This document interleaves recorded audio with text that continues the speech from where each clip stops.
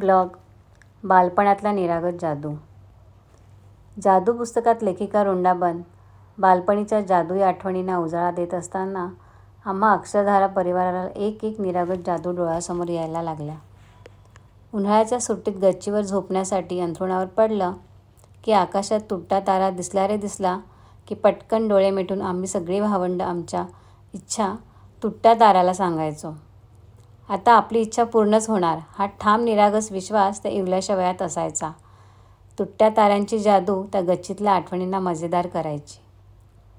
पौर्णिमेला रस्त्याने चालताना चांदोमामा आपल्यासोबतच पावलं टाकतोय ही जादू चालण्याच्या गतीची जादू मजेदार करायची आणि चांदोमामासोबतचं नातं घट्ट करायची. शाळेत मैदानावर खेळताना मधल्या सुट्टीत 2 साळुंख्यांची जोडी एकत्र दिसली की आता काहीतरी मस्त घडणार ही जादू शाळेचा तो दिवस आनंदात घालवायला मदत करायची. छोट्याशा वयातला पडलेला दात घराच्या छपरावर ठेवला की रात्रीतून नवा दात येणार ही जादूची कल्पना पडलेल्या दाताचं दुःख वेदना सहजगत्या कमी करून येणाऱ्या नवीन दाताची वाट बघायला उत्सुकता द्यायची.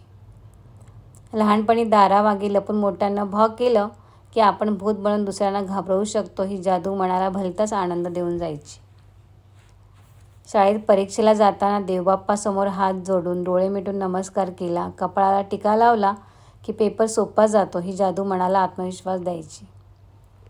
मामाच्या गावी जाताना चालत्या गाडीत प्रवास करताना रस्त्यावरची झाडंही आपल्या गाडीसोबत पळतायत ही जादू मामाच्या घरी जाण्याची मज्जा द्विगुणित करायची आणि आमच्या मामा भाच्यांचं नातं घट्ट करायची. नाताळाच्या सुट्टीत सांता क्लॉज खरोखर खूप सारे गिफ्ट्स पोत्यात घेऊन प्रत्येक लहान मुलाच्या घरी रात्री वाटायला निघतो ही जादू आपल्याला गिफ्ट मिळणार ह्या आनंदाने नाचायला लावायची. वाढदिवशी केकवर पेटवलेली मेणबत्ती आपल्या मनातल्या इच्छांना ऐकते पूर्ण करते ही जादू वयाचा वाढलेला आकडा आनंदाने साजरा करायला नाचवायला लावायची. अशा बालपणीच्या अनेक जादू आठवल्या की गालावर हसू देत रम्य ते बालपण रम्य त्या जादुई आठवणी यांची निरागस झालर पांघरून टाकत खुशीत घेते आणि आजच्या दुनियादारीच्या मोठ्या वयातही जादूवर विश्वास ठेवायला भाग पाडते.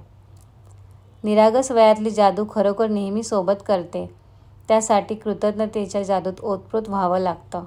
जे जे सुंदर छान वाटायला आलंय त्याबद्दल मनात असणारी जाणीवेची कृतज्ञतेची मशाल नेहमी मनात पेटती ठेवली की लहान वयातली जादू आजही गालावर स्मित हास्य आणत पावलोपावली अचंबित करते.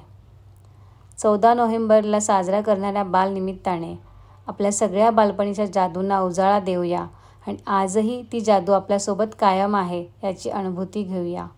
ब्लॉगर प्रणाली शिवाजी आव्हाड. धन्यवाद धन्यवाद धन्यवाद.